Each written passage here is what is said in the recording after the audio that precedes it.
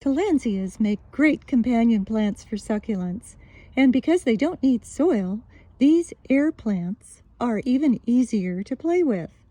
I'm Debra Lee Baldwin, author of 3 books about succulents. In this video and on my website's new Tillandsia page, I show over 30 eye-catching air plant design and display ideas. You'll also enjoy meeting Eric Evans of the San Diego Botanic Garden. He'll tell us about these enchanting bromeliads and explain how they're similar to, but different from, succulents. Yeah, if you've ever wondered why bromeliads often make appearances in succulent bowls, for example, well, you might know something about them and you might think, well, these actually come from fairly rainy climates. What's up with that? And the answer is that they are largely epiphytes. They grow on other plants, not as parasites, but just to perch. And what that means is that their roots aren't in water. They're mostly for anchoring to, trees mostly. They kind of grow in the tree canopy and in a lot of sort of rainforest habitats. Yeah, they absorb the moisture through their leaves. Exactly. And the nice thing about that is that, sure, they might come from climates where there's a lot of rainfall, but actually they don't get very much water because they don't live in the soil. If you do a good soak on your succulents, I would definitely include your air plant in that. Here, where these are mounted, there's no removing them to soak them. So we hose them down, and they do just fine in that. Many Tillandsias come from, Baja California, where there isn't actually that much humidity. So if one species of air plant doesn't quite work for you, try another one. Don't get discouraged. There's definitely going to be one for whatever situation you have, as long as you don't get too cold in the winter.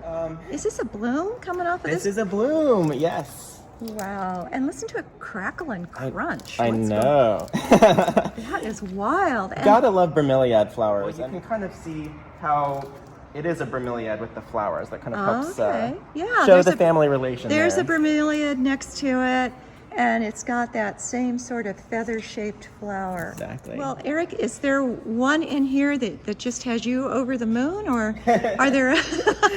I love so many air plants, but one of my favorites is actually just Spanish moss. It's an air plant, and it's if you look very, very closely, you can see each one of these.